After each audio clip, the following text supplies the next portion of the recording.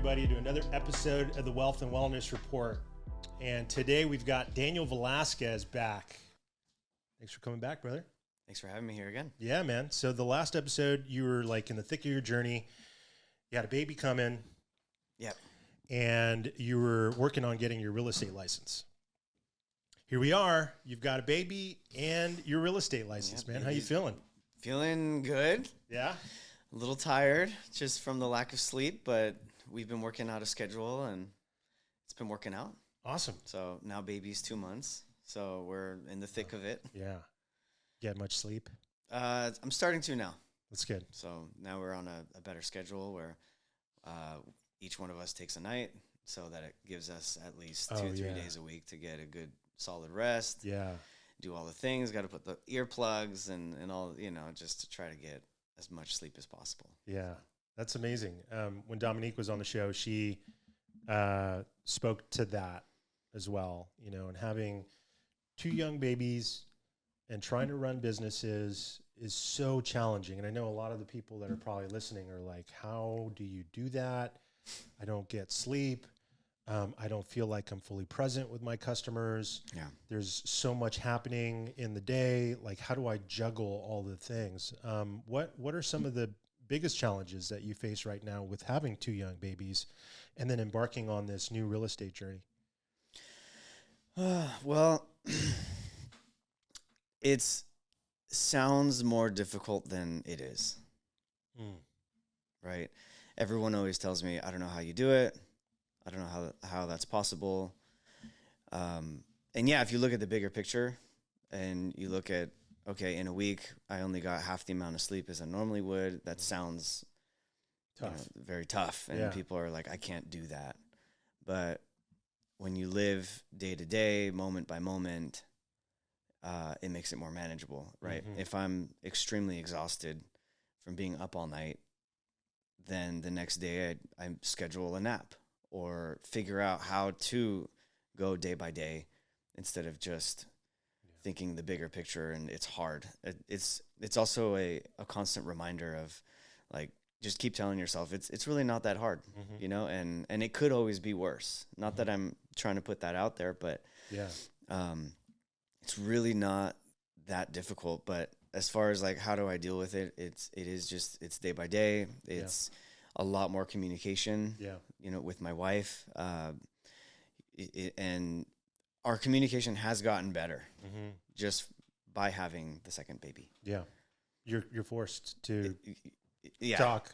You can't just not talk. You can't just not talk. Yeah. I can't just let things be. Yeah. You have to really intentionally have a plan and create a plan. Yeah. Work the plan and be okay if the plan doesn't work. And she spoke to the calendar that you guys have, which I think is like instrumental in having a fluid work week, let alone family itinerary. Like, you have to have things on the calendar, and that's something that Katie and I share. Is we have our business calendars and then we have our family calendars, and then we share those calendars together so we know if she's got a doctor's appointment or if she needs to take the dog, or Ben has to get to a golf tournament, or if I have a meeting for work. It's just having that visibility, I think, is huge. So, you just got your license, which congratulations, man. Like, Thank you. That I know was such a huge part of your journey. And I am like really excited for you. That really lights me up when I see people like go for a goal and then they crush it. So like, I admire you like a lot for that. Thank you. Walk us through the moment you decided to go for your license. What flipped the switch for you? Well, having a second baby will flip a lot of switches for you. just naturally and forcefully. I've been operating and doing multiple jobs through the years, but nothing with a license. Like, nothing that says like, I am the professional at XYZ, whatever it is that I'm doing. I do the best I can, but never having an actual license. So even when I had the handyman business doing construction, right, it was just under my own operation.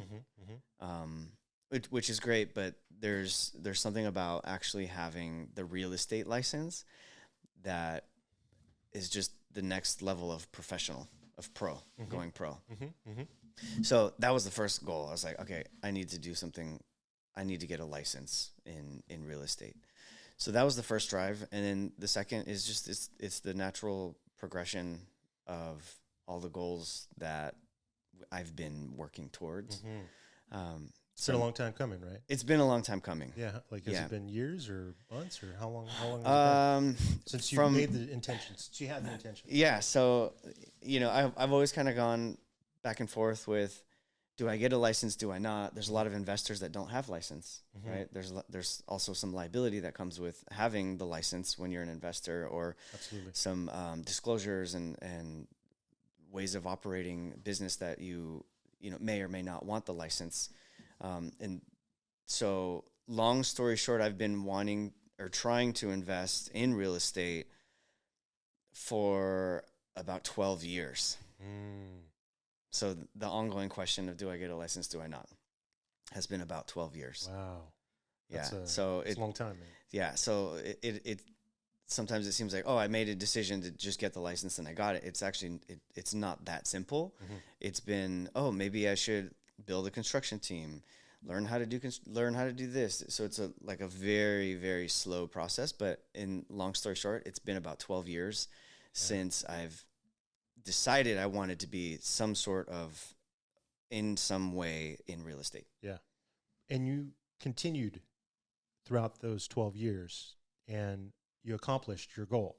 So no matter, and this is for everybody who's got a goal, I love that story. It's like, I had an intention, I started, and I didn't quit. There was probably a lot of dips and there was probably a lot of highs in your process, but you continued the course, you stayed the path, and you accomplished your goal, even if it was 12 years. Shit, you probably feel really good if it took 20 years or 3 years. Like, as long as you continue the path and you accomplish your goal and you don't quit, I think that is probably the most rewarding aspect. And not so much the accolade or like the little piece of paper that they get you, Sure. It's like your commitment to yourself and the promise that you made to yourself to say, I'm going to do this. And then you went out and did it. And I think that is such a victory and such a win, and something that, everybody should learn from is, no matter how long it takes and no matter when you start in life, it could be late, it could be early. Everybody's on their own path. Right. But just start, take a step, and then continue and don't quit. I think that's such an inspiring story, because a lot of people go through all sorts of stuff in life. There's ups and there's downs. People get divorced, people get married, people die. It's just a crazy experience. The human experience, it's so crazy. But to have these little wins that you can stack along the way in life, man, that's why I do. That's why I continue to do what I do, because I want to. I'm all about learning, and I'm all about wanting to grow and become a better individual, a better human being, a better father, a better husband. And you can't do that if you freaking quit. Like, you just gotta do the work. Yeah. And even if you do, quote unquote, quit, you can always jump back in, right? So that was how it was for me. And the reason I say 12 years was that was when I hired my first mentor in real estate, right? And then I took years off doing other things. Life got in the way, having a baby, but now, but you still had that North Star. It was still there. It was still there. It was still there. Yeah. But you mentioned the wins. The wins is the things that carry me every day, because when I go into a negotiation, a sales, whatever it may be that I'm doing at the time, I always go back and say, I've done this. I've won at this before in a different capacity, a different story, different job.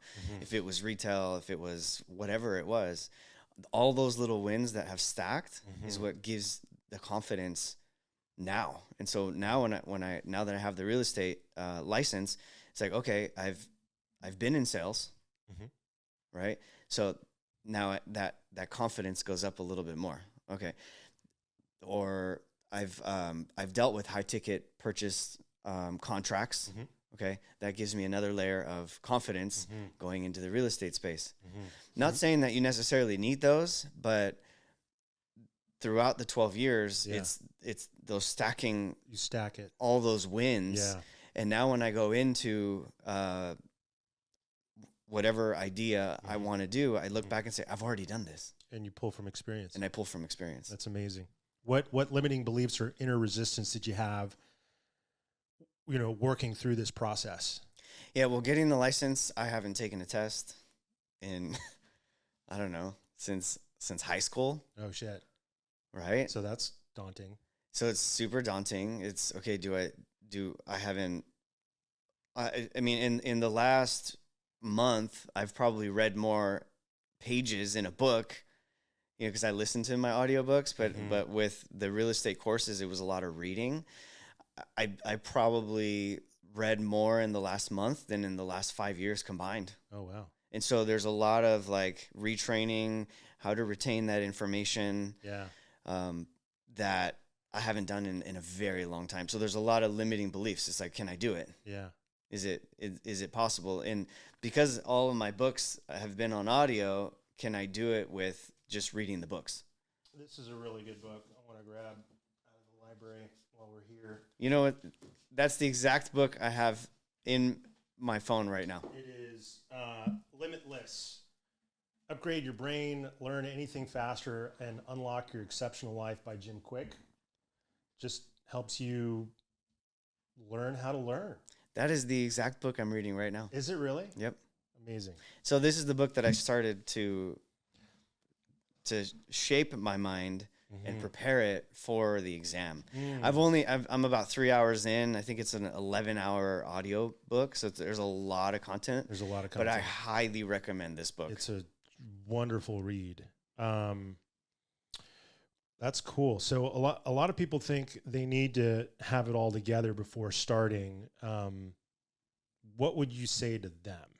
Like, you gotta, because some people are very organized. Some people are very disorganized. Well, sometimes when you're too organized, it could be a disservice, right? Analysis paralysis. Yeah. And I'm a very analytical person myself. So that could stop you. I think it's more just make sure you're taking action and know what actions to take every day. So, for example, when we're in construction and we're working on a project, if we can take the same idea, we just have to do a little bit every day, a little bit of progress every single day to get to that goal versus, I haven't done enough today or haven't.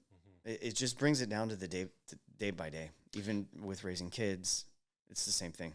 So take us through the actual grind of studying for the exam. What did that typical day look like? The day-to-day, I set a goal for 3 hours every day. Now, based on actually Jim Quick's book, Limitless, there's a certain, I knew that I had to do 3 hours a day. That was the goal that I set. But there's a part in the book where he says, you really only learn for about 20 minutes. I don't know if you remember that part. Absolutely. Right? Time block. So that's where I practiced that. I said, okay, and for me, it was very real. Within 20 minutes, it's like, okay, my brain is just, I need to take a break. Yeah.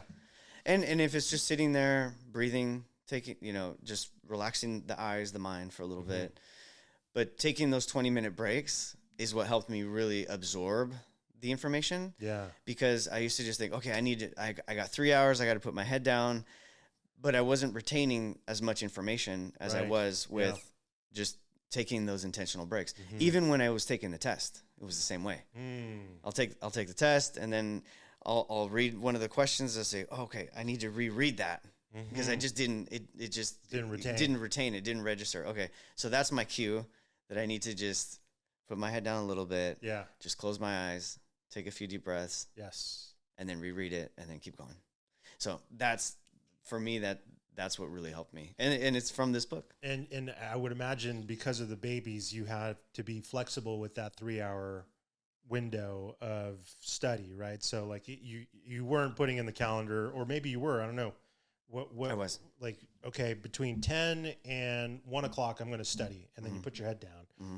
Or was it really based on, the family's dynamic of the day and how you... Well, I wasn't too tied up with, if I studied for 3 hours, it's a 3-hour time block. So even if I'm taking a little break here and there, okay. And even if it's just to go do some push-ups, to get the blood flow going, but my goal was 3 hours a day. So I couldn't be too strict on myself either. Yeah. If it good. Ended up being 2 hours, but I was able to retain more of the information, to me, that was a win. Cool.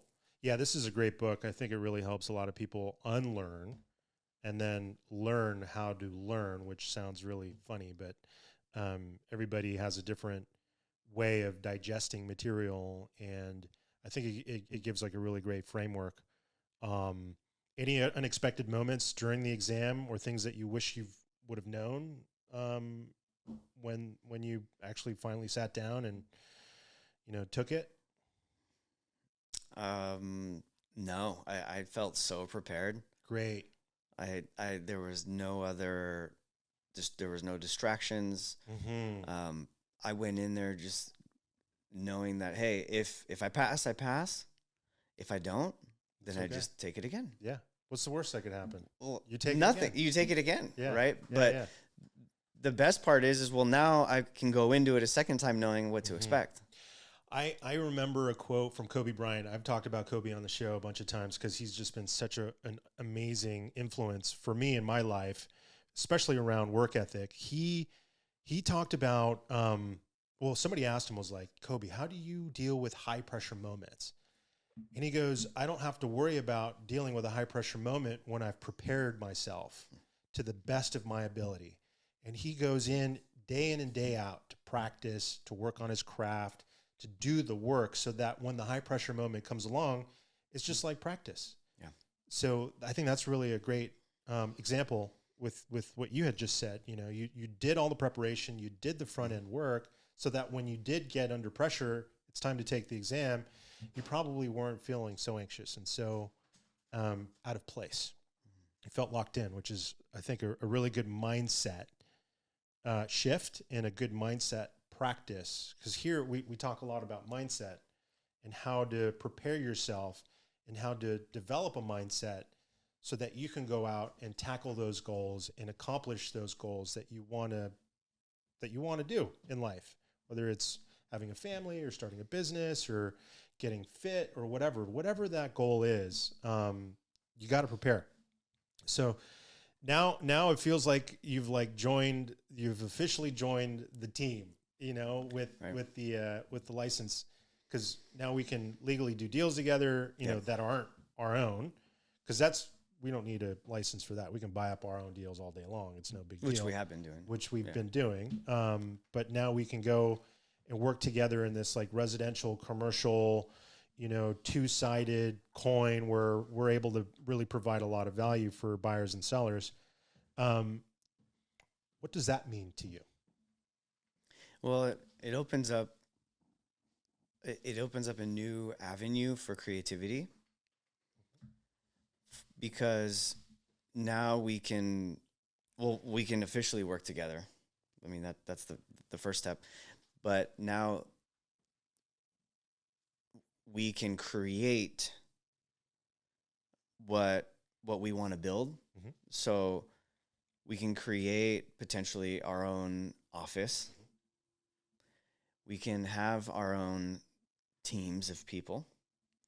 Now have our own marketing. So it's just excited to see what we can create together. Yeah. Yeah. You heard it here. We're about to go bananas with the EXP brokerage here in NorCal, holding it down. And I know SoCal Group, we're coming after you.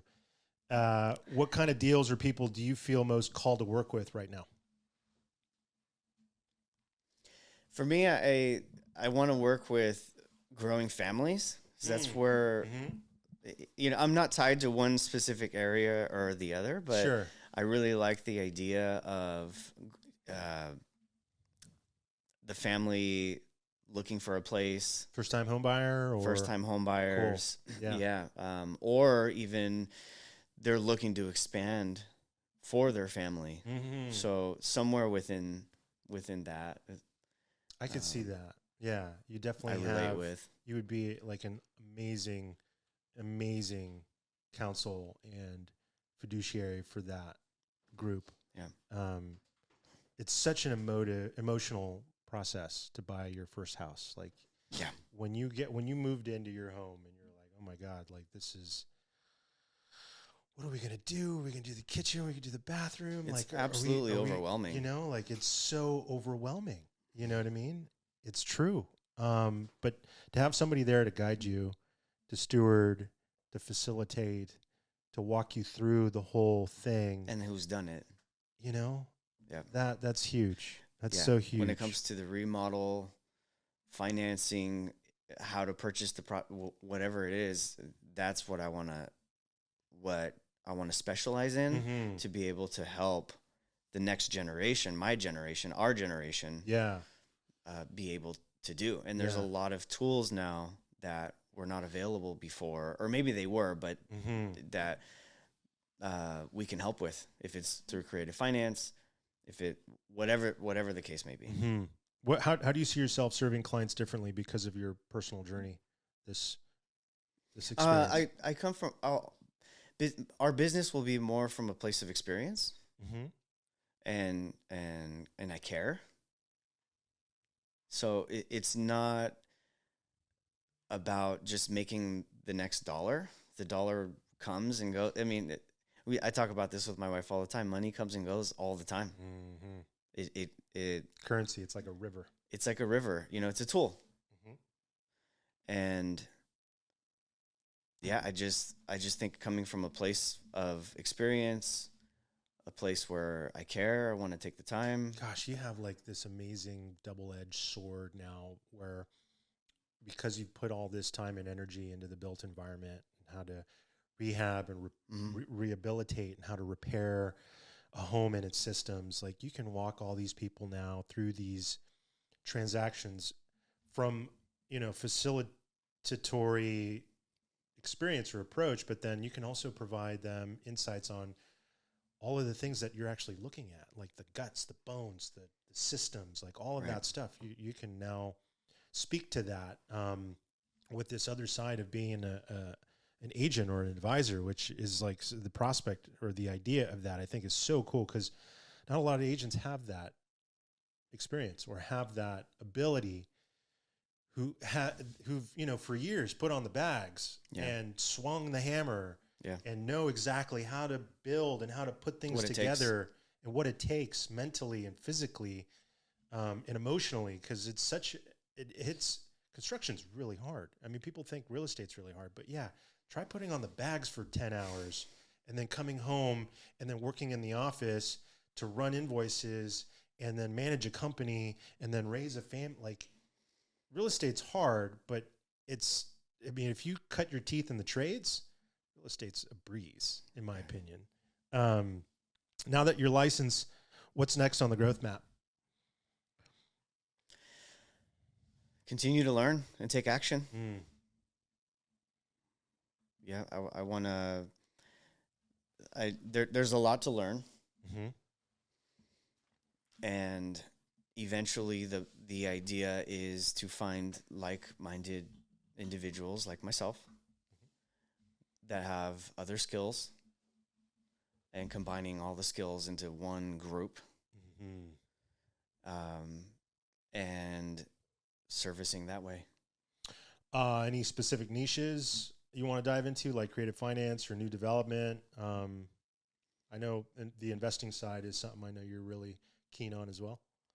Yeah, I think starting off will be very transactional, right? Understanding the process, the ins and outs. It's important for me, just like every other job I've had, is starting from zero, starting from the beginning, starting with the basics.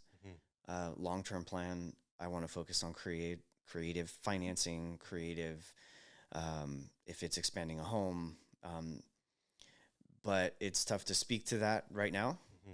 It's going to be more of the transactional, the mundane, the reps, the getting the reps in. Yeah, that to me is what is next. And through that process, scoping out the team, figuring out who works well together with me, with you, with whoever we're working with. What would success in this next chapter look like? Let's say 12 months from now. Like, what's the vision? Because I know you're a visionary. Yes, I am.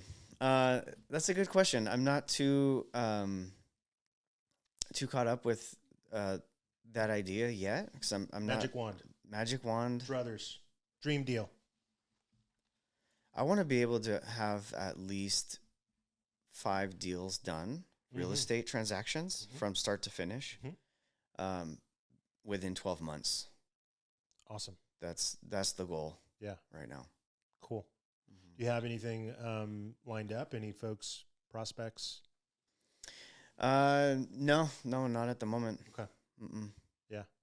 Let's work together on that, because we've got a couple of interesting plays on the residential side that we've partnered with. I think, and this is more for like, well, it's actually a really interesting baton, because working with investors and property management teams on the single family residence asset class that are looking to offload their investments without like off market, like pocket listing type stuff. So we would need to find buyers, because there is a pipeline of homes that have experienced deferred maintenance like over the last 15 to 25 years. And there's going to be some opportunities that come up where, an off market or pocket listing occurs, and a buyer needs to come in, retail buyer, ideally, who would be willing to purchase as is and, go in and do a little bit of work. So I know I'm actually was really excited to talk to you about this. That's great. Because it's I think it's a really good opportunity to nurture and cultivate, a stream in a pipeline of deals. I'd love to talk about that a little more. Yeah, let's talk. Yeah, for sure. So, we're like, gosh, it's almost like, well, we're midway through quarter 3. It's August 2025. Next 12 months, you get 5 deals underneath the belt. Hopefully we do some of our own deals as well. Dominique wants to get her license as well. Right. Can you talk a little bit about growing a family business and what that means to you? How does it feel? What are some things that you think of, things that come to mind? Because you've got a growing family. You work together with your wife, not only in the household, but, now you're moving out of the household and you're going to be doing deals. It sounds like she wants to be a helping hand in these transactions, potentially as a notary or an agent or a transaction coordinator. The idea or the thought of starting a family business, to me, is just like, it's just very heartwarming. Easier said than done. Like, have you thought about that much, and what does that mean to you? It's been the bulk of our conversations for the last few months. Since the baby. Since the baby, because we're also struggling with figuring out if she is going to stay home with the kids and build a business, or do we continue to basically hire our village, because we don't have the village, which is what it takes to grow and raise a family. You got to tell Philip to move in or something. Yeah, that would be great. Philip is his brother. I'm just teasing. Which, they do help. They help a lot, but growing a family or growing a business while growing a family is definitely not for the weak-hearted. It on all channels, on all levels of communication, we've had to really have that be our priority.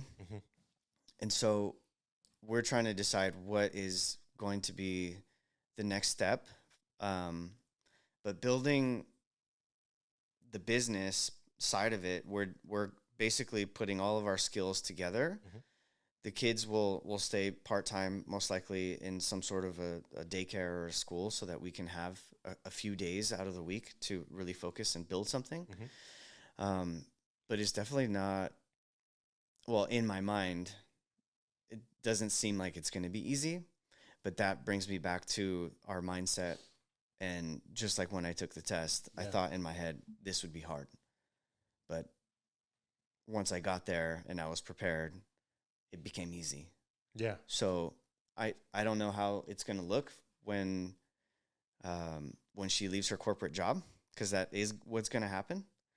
It's, do we have the right skills and have we taken enough action to do that sooner rather than later? You got to choose your hard. Yeah. Like W-2 is hard. It is. Running your business is hard. Going to the gym is hard. Getting up out of bed because you decided to sleep in till 11 a.m. is hard. Like, choose your hard. I think your hard. That there's a lot of that going around online, where a lot of cool memes and cool content of like choosing your hard, and I love that type of content because it makes you think a little bit. It makes you wonder, well, if I do have to choose my hard, well, why wouldn't I just choose something that's hard, that's going to allow me to grow, allow me to make more money, allow me to like live my life and create and have more fulfillment in life. Yeah. If somebody's listening right now, maybe stuck in a job or on the fence about starting something new, what would you tell them? Well, it's very easy for you to think that something is hard, but what does that really mean? I mean, hard is like a table, right? Like, but like, you just have to take action. You have to just do it. Yeah. Prepare yourself as best as you can. Be okay with the result. Mm-hmm. If you don't get the result you want, you do it again. Mm-hmm. But there's always a lesson. It's just not. Stop telling yourself that it's hard. Yeah, because that's not true. So take a step, just start, and then allow your feelings to, catch up. Yeah, I think that's really good advice for sure. Where can people learn about you, Daniel, and your business? I know folks will probably want to reach out and learn more about your business. Yeah. So on Instagram, mm-hmm. My page is _ Daniel Velasquez. So it's my last name but short. Where I'll be posting, the progress, mm-hmm. and the ideas that we're gonna grow together. Cool. Yeah. So residential real estate, gonna hang the hat with EXP. Right. In the Bay Area. So if you guys need help with a residential transaction, if you need some guidance to get you through a primary home that you're looking to purchase, or any aspect of residential real estate, Daniel's your guy. We're getting close to the end here, Daniel. I want to go through some rapid fire questions. All right, let's do it. Yeah. Okay. First thing you did when you passed the test. What was the first thing you did once you passed it? I feel like I took a nap. No, I didn't, but that's what I wanted to do. Celebrated. Cool. Yeah, we went home. Called your wife, or well, the app or the website was down temporarily, so I couldn't. I didn't get my results until I got home, which was funny because I had it on my phone and I was hitting refresh on the drive home. Just waiting. Like, hey, did I do this? Do I have to redo it? Like, where am I? And as soon as we get home, my wife's with the baby, and I'm like, all right, hit refresh. Let's see if it'll work this time. Yeah. And it did. As soon as she hit the refresh, she's the one that saw where it said congratulations. Wow. So we just, we cheers. And wow. And so the first thing we did was we celebrated. Good, man. So, because you got to celebrate the wins. Absolutely. Those are the things that you remember. Mm-hmm. Those are the things that carry you mm-hmm. in your future activities that you do. It's just remembering that win. And when you celebrate responsibly, you remember that, and you remember that feeling, and you can always go back to it when you want to accomplish something new. Yeah, in family, that's everything. Like you want to have these memories as you grow your family. It could be anything, like your baby's first steps, the day that you got your license, that first trip to wherever, that those are all such a memorable part of a family dynamic. It's just like, whether it's a win or a loss, like just, really fully immerse yourself in those emotions. I love that. I've been talking a lot about this with a lot of different investors, particularly over the last couple of meetups that we've done, because I love this question, because it makes everybody's so caught up in, am I good enough, or is this, am I going to make my goal? Am I, like this uncertainty in life, just really instills a lot of fear in everybody. So I like to ask, well, real estate, you have this passion. This is something you've been working at for 12 freaking years. What's your dream deal? Is it a question I haven't asked myself? I've been trying to make it more about who I want to help. It could be that. How I want to do it. It doesn't have to be a deal for yourself. It could be a deal that you transact for someone else. A dream deal for me is as simple as helping a family find the right home. I don't have an idea of a specific large, this big commercial deal, or this big, to me, it's as simple as having the family find the right place, the place they couldn't find if it wasn't for me, if it wasn't for the construction knowledge, the negotiations, the creative financing, for example. If let's say they can't get the place that they want because of financing, but we structure something. So for me, a dream deal is being the only person that can close the deal. Cool, man. That's awesome. Yeah.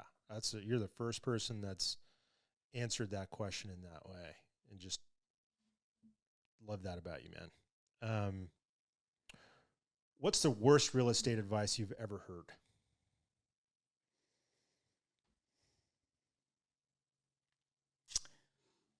That's a good one.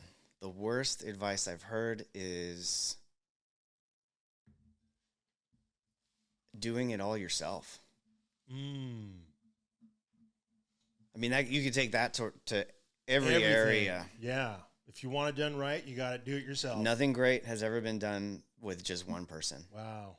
So yeah, learn to build a team, learn to leverage your skills, learn to leverage other people's skills. Relationships. No matter how smart you think you are, no matter how talented, how much experience, having a team is going to be more beneficial than trying to do something yourself. So 100%. That would be 100% the worst advice I've heard, is you can do it all. Try to keep all the money yourself. Yeah. That's just never. Nobody's ever made anything. Nothing great has ever happened. Especially in real estate. It's such a relationship-based industry. Yeah. Yeah, that's probably number one. I agree. One word to describe your mindset today, Daniel. One word.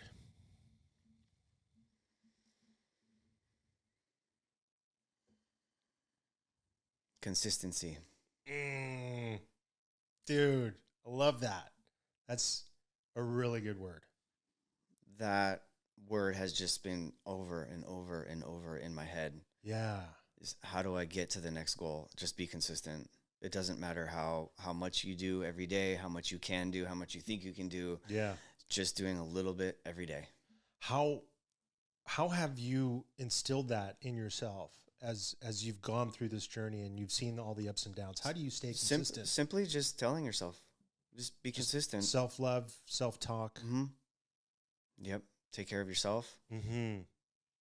And take care of your ideas. Yeah. Just be consistent. I would lean very heavy on that word. Just tell yourself, if it's a gym goal, you got to be consistent. Yeah. If it's a money goal, got to be consistent. If it's a knowledge goal, I mean, in every area, to me, that is just something that I just keep replaying in my head. Just be consistent. So people who have trouble staying consistent should, they should tell themselves like it's okay if you miss a day, or absolutely, like we're all human. Yeah. So self-love, being okay with not hitting your mark every day as long as you continue the course. That's a lot different than what, let's say, David Goggins would say. Yeah. You know what I mean? Mm-hmm. Because folks tend to, they tend to drop because of... someone like David Goggins, his biggest goal is to be constantly active, or whatever his goal is, right? I have a lot of other goals. I have a family. I have, there's so much that you just have to be consistent with your goals, and not, you just can't beat yourself up. Little bit every day is better than a lot of bit once in a while. Perfectly said. Cool. Yeah. The Kaizen way is exactly what folks should read in that regard, because it does take you out of this pressure of like going big every day. But if you go small, granted, every day, greatness is built in the extremes. That is true. But greatness is built in consistency. With consistency, it compounds. It does. Yeah. And you just have to, it's about a consistent mindset, not how much you're doing every day. Yeah. Cool. This is probably a question that I can answer for you, but I'd love to hear what you say. Who do you do this for, Daniel?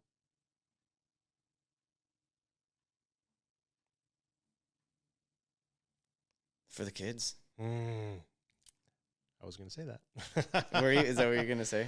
For the kids, for there's the next a quote, generation, for your family. There's a quote that I heard a long time ago, and someone said, "What's the best advice you've ever got for financial success?" He said, "Have more kids." and I totally relate with that. And it'll light a fire under you. 100%. No, totally. Some folks who I have such an affinity for are farmers, agriculturalists, people who work the land and grow family and grow food for families. These people are some of the hardest working, most grounded humans that I've ever met. And there's a really great book that I read early in my 20s by Masanobu Fukuoka, who is a Japanese farmer, and he wrote a series of books. But he used to say, before he passed away, that the ultimate goal of agriculture is not the cultivation of food products, but more so the cultivation of the human spirit. Because agriculture hits you in every aspect of the human experience. It hits you emotionally, it hits you physically, hits you spiritually. You go through seasons, you go through chapters in life, and to have a conduit or an experience, whether it's running your business or construction or real estate or whatever, like if you use that craft to better understand your human experience or better understand yourself, you will have more fulfillment, more contentment in life, I think. So going back to your comments around consistency and what it means to be consistent, I immediately think of when I speak about Masanobu is craft, passion, a dharma or a purpose in life, learning about who you are as a human being and really capturing that and taking it to others, teaching others, sharing with others, helping others is why I think we're here as humans. We're community-based. We're a community-based species, and that I think is what a really cool way to experience life through a craft that's based on purpose and intention. And a big reason why I'm on this show with you today. Thanks, dude, for coming. This has been awesome. Another episode. Thanks for giving me a voice. Yeah. Is there anything you want to add or talk about? while we're here? Starting a business, having a new business, should I say, having a new family, it's just important that you take care of yourself first. Yeah. Your picture, you can't have a clear picture of your goals, of what you want to create if you're not taking care of yourself. Yeah. So take the nap if you need it. Totally. I come across a lot of influencers online that, speak to pushing yourself, and you got to grind, and you got to and do whatever it takes, and, go beyond like your limitations. And then you look at them and they look overweight, and they look kind of haggard, and they look tired, and they look beat up. And it's like, entrepreneurship doesn't need to be that way if there's purpose and intention, and, like a strategic and introspective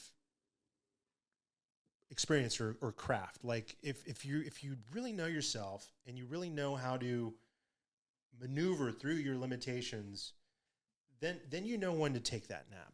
Then you know when to it's a skill that needs to be learned. Experience is everything. Knowing when to slow down is a skill that needs to be learned. Yeah. I've been on the other side of it, where I've ran the business burned out, and I'm still scarred. It's a tough recovery for sure from doing too much, trying to push and fight against the resistance. Just find the flow, find the best way to navigate, and just listen to yourself. You can't. Yeah. You have to listen. Being a good listener. Mm-hmm. Yeah. Protracted and thoughtful listening. Yeah. Like, were you really intentional with your listening? I love that. Let's close on that. That's great, man. Thank you. Thank you, Diego. You guys, another episode of the Wealth and Wellness Report podcast. Daniel, thank you for coming, brother. Thank you, Diego. Click on the subscribe button below, you guys. Love to get your comments. We'll see you on the next one.